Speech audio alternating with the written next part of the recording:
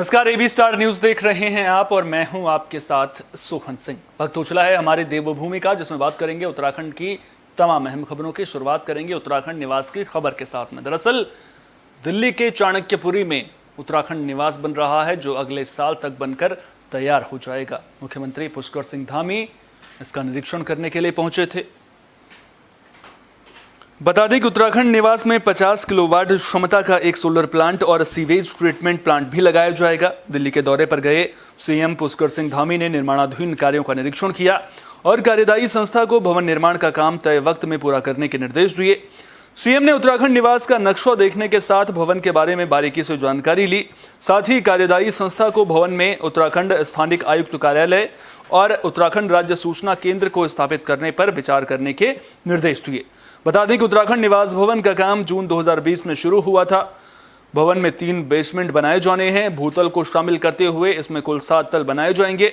भवन को उत्तराखंड वास्तुकला शैली में बनाया जाएगा।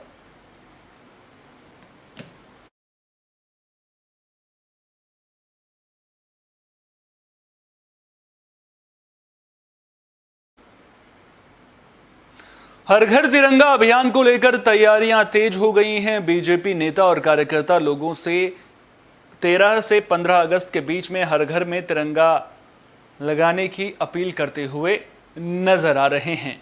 तो हर घर तिरंगा अभियान को लेकर बीजेपी नेताओं कार्यकर्ताओं के साथ प्रशासनिक अधिकारियों ने भी कमर कस ली है।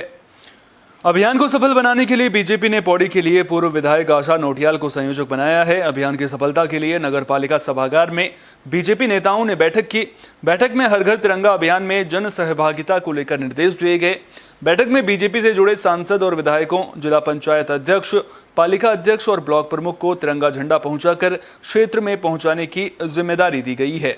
इसके अलावा 9 से 13 अगस्त तक अलग अलग इलाकों में तिरंगा यात्रा भी निकाली जाएगी।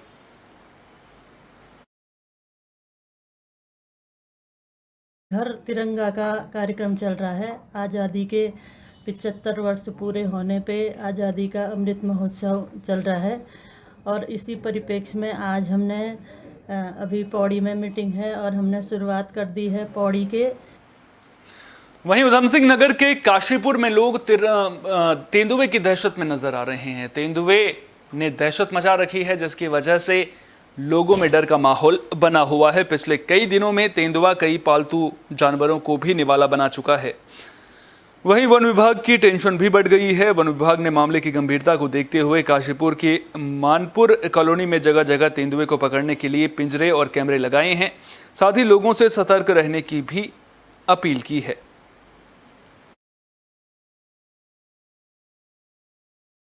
दिनों से जो है सूचना मिल रही थी बार बार कि यहाँ पर जो है मानपुर में जो ये नई बस्ती कौसाम्बी कॉलोनी है, यहाँ पर जो है लेपर्ड देखा जा रहा है।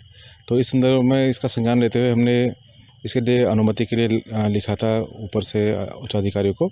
वहाँ से आज हमको अनुमति प्राप्त हो गई है। तो हमारी टीम, जब से हमको सूचना मिल रही है तब से हमारी टीम। बाजपुर पुलिस ने 230 पेटी अवैध शराब जब्त की है। आपको बता दें कि बरामद शराब की कीमत 15 लाख रुपए बताई जा रही है। पुलिस इसे बड़ी कामयाबी मान रही है। तो बाजपुर की केलाखेड़ा थाना पुलिस को बड़ी कामयाबी मिली है। पुलिस ने करीब 15 लाख रुपए कीमत की 230 पेटी अंग्रेजी शराब बरामद की है। मामले में 2 लोगों को गिरफ्तार किया गया है। ट्रक ड्राइवर मौके से फरार है। पुलिस ने मुखबिर से सूचना मिलने के बाद तलाशी अभियान चलाया था। इसी दौरान NH 74 पर फौजी ढाबे के पास एक ट्रक को रोककर तलाशी ली गई, जिसमें से 230 पेटी अंग्रेजी शराब बरामद की गई है। गिरफ्तार आरोपियों की पहचान हरीश जोशी और फूल सिंह के रूप में हुई है। अवैध जो नशा है, नशे के विरुद्ध जो है लगातार अभियान चलाया जा रहा है और हम लोग इसमें लगातार कार्रवाई कर रहे हैं। चाहे किसी भी तरह का नशा हो, उसमें लगातार गिरफ्तारियां हो रही हैं, उनके विरुद्ध मुकदमे किए जा रहे हैं और आगे भी इसमें गैंगस्टर और बाकी अन्य धाराओं में। उधर डेंगू की रोकथाम के लिए हरिद्वार में प्रशासन अलर्ट नजर आ रहा है। स्वास्थ्य विभाग ने पूरी तरह से जिम्मा संभाल लिया है। डेंगू ज्यादा ना फैले, इसको लेकर लोगों को जागरूक भी किया जा रहा है। लोगों से अलर्ट रहने की अपील की गई है। तो डेंगू की रोकथाम के लिए स्वास्थ्य विभाग ने कमर कस ली है। हरिद्वार जिला अस्पताल और रुड़की के सिविल अस्पताल के अलावा सभी सामुदायिक स्वास्थ्य केंद्रों पर डेंगू की रैपिड टेस्टिंग की व्यवस्था की गई है। स्वास्थ्य विभाग को पर्याप्त टेस्टिंग किट मुहैया कराई गई है। अगर रैपिड टेस्टिंग में डेंगू के मामले सामने आते हैं तो फिर सैंपल को राजकीय मेला अस्पताल और रुड़की के सिविल अस्पताल भेजा जाएगा। वहीं स्वास्थ्य विभाग की ओर से लक्सर और खानपुर ब्लॉक में क्षेत्रवासियों को जागरूक किया गया। दरअसल जिले में हर साल अगस्त और सितंबर के महीने में डेंगू के ज्यादा मामले सामने आते हैं, लिहाजा स्वास्थ्य विभाग अलर्ट नजर आ रहा है।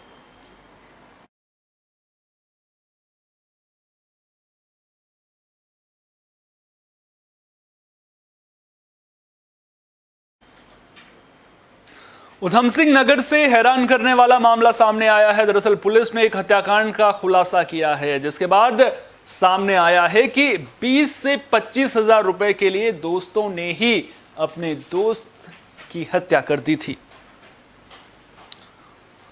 तो उधम सिंह नगर के गदरपुर में हुई युवक की हत्या का पुलिस ने खुलासा कर दिया है। जानकारी के मुताबिक 20 से 25 हजार रुपए के लिए युवकों ने दोस्त की गोली मारकर हत्या कर दी।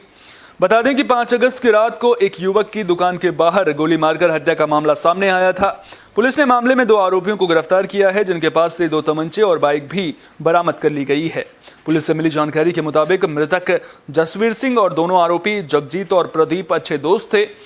कुछ वक्त पहले जसवीर ने 20 से 25 हजार रुपए के लेन देन को लेकर इनमें विवाद हुआ था, जिसके बाद दोनों ने मिलकर जसवीर की हत्या कर दी। एसएसपी ने मामले का खुलासा करने वाली टीम को इनाम देने की भी घोषणा की है।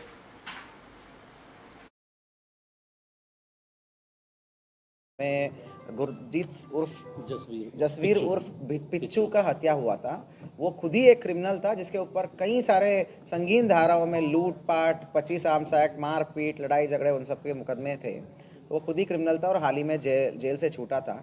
इनका और इसका और दूसरा जो क्रिमिनल है उसका जगवीर उर्फ जग्गा, उसका वो भी आगे पीछे ही छूटे थे। उनका थोड़ा सा पैसा। उधर टिहरी के घनसाली ब्लॉक में एक महिला की मौत का मामला सामने आया है। दरअसल महिला खेत में काम करने गई थी। इसी दौरान जब वो नदी पार कर रही थी तो उसका पैर फिसल गया, जिसकी वजह से महिला नदी में डूब गई। जानकारी के मुताबिक 2 महिलाएं खेत में गुड़ाई करने के लिए गई थीं। एक खेत की गुड़ाई पूरी करने के बाद दूसरे खेत में काम करने के लिए दोनों महिलाएं नदी पार कर रही थी। इसी दौरान पैर फिसलने से एक महिला नैलचामी नदी में गिर गई। साथ ही महिला ने शोर भी मचाया, लेकिन आसपास कोई मौजूद न होने के कारण महिला को बचाया नहीं जा सका। पुलिस और एसडीआरएफ की टीम ने महिला का शव बरामद कर लिया है।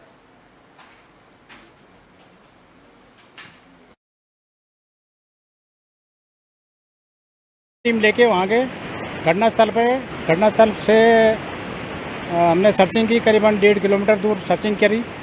सर्चिंग करते करते जब नीचे गए तो वहाँ पे एक जगह थोड़ी सी खाई सी थी। उस खाई में उसके पैर ऊपर निकले हुए थे, पानी से ऊपर निकले हुए थे। तो उसमें हम लोगों ने उसको फिर। अब बात उत्तरकाशी की भी कर लेते हैं। दरअसल उत्तरकाशी में नेशनल स्पोर्ट्स क्लाइंबिंग चैंपियनशिप का आयोजन किया जाएगा। ये आयोजन 12 से 14 अगस्त के बीच में किया जाएगा, जिसका उद्घाटन मुख्यमंत्री पुष्कर सिंह धामी करेंगे। तो उत्तरकाशी में जल्द ही नेशनल स्पोर्ट्स क्लाइंबिंग चैंपियनशिप का आयोजन होगा, जिसकी मेजबानी नेहरू पर्वतारोहण संस्थान करेगा। बता दें कि प्रतियोगिता का आयोजन 12 से 14 अगस्त तक किया जाएगा। संस्थान के प्रिंसिपल कर्नल अमित बिष्ट ने बताया कि इस तरह की प्रतियोगिता का आयोजन पहली बार उत्तराखंड में हो रहा है। इसमें उत्तराखंड के 8 प्रतिभागी शिरकत कर रहे हैं, जिनमें से 5 उत्तरकाशी के हैं। इस प्रतियोगिता में देश भर से कुल 7 टीमें शिरकत करेंगी। चैंपियनशिप का उद्घाटन मुख्यमंत्री पुष्कर सिंह धामी करेंगे।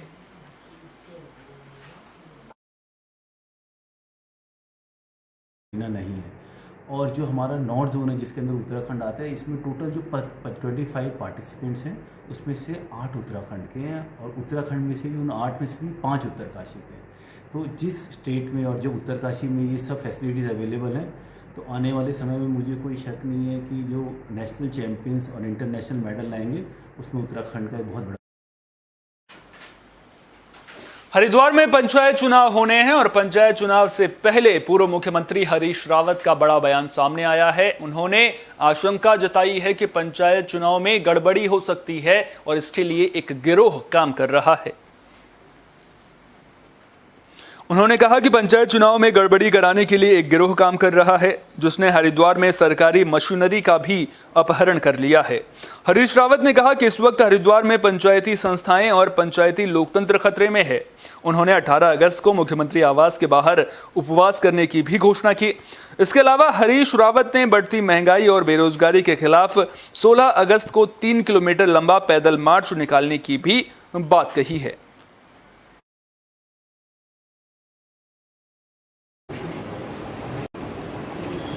कोई दिन ऐसा नहीं ट्रैवल किया। अभी भी मैं यहाँ पर आते वक्त और मैं यहाँ पर मेरे साथ क्या क्या करें हमारे साथ धमकाया जा रहा था, डराया जा रहा और कुछ लोगों को कहा जा रहा था।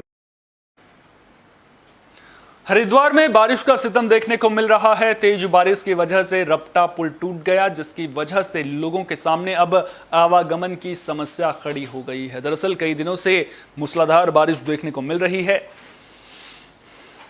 मूसलाधार बारिश के कारण पंचपुरी गढ़मीरपुर से सुमन नगर जाने वाला रपटा पुल टूटकर नदी में बह गया।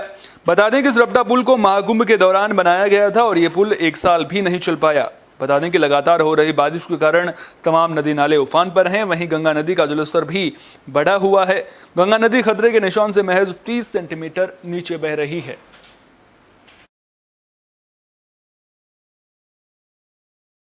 स्पेशली मैं कहूँगा जैसे रोशनाबाद है, गढ़मीरपुर है और नवद्य नगर है, इस एरिया में काफ़ी भारी बारिश हुई है। तो उसी के दृष्टिगत जो हमारा रो नदी है, इस पे जो एक कॉजवे बना था वो डैमेज हुआ है और उसके जो पानी निकासी के जो बने थे ब्लॉकेज वो बिल्कुल बंद हो गए हैं। इसके अलावा जो नेक्स्ट गढ़मीरपुर वाला पुल है वो भी क्षतिग्रस्त हुआ है। इसके अतिरिक्त नवद्य नगर में कुछ आबादी को भी खतरा हुआ है। तो इमीडिएटली पुलों पे ट्रैफिक और अन्य चीज़ों को सुचारू करने के लिए जेसीबी वगैरह डिप्यूट कर दिया है। इसकी सफाई करवाई जा रही है। और मैंने रात देखा है ये पूरी भर के चल रही थी और किसी वजह से इधर का जो बांध है वो पक्का नहीं है और किसी वजह से अगर कोई परेशानी हो जाती है, भाव कटान इधर हो जाता है, तो इधर के पत्थर भी जो साइड में है वे बिल्कुल बंधे हुए नहीं है। दिक्कत ये हो रही है जी, ये जल्दी सरकार का इतना पैसा इधर लगा हुआ है और हम चाहते हैं कि इधर पत्थर और ये पुल जो इसका कटान हो रहा है ये पूरा जोड़ होना। उत्तराखंड के खास बुलेटिन हमारी देवभूमि में फिलहाल के लिए इतना ही। देश दुनिया की तमाम अहम खबरों के लिए बने रहिए AB स्टार न्यूज के साथ, क्योंकि यहां पर खबरों का सिलसिला कभी नहीं थमता।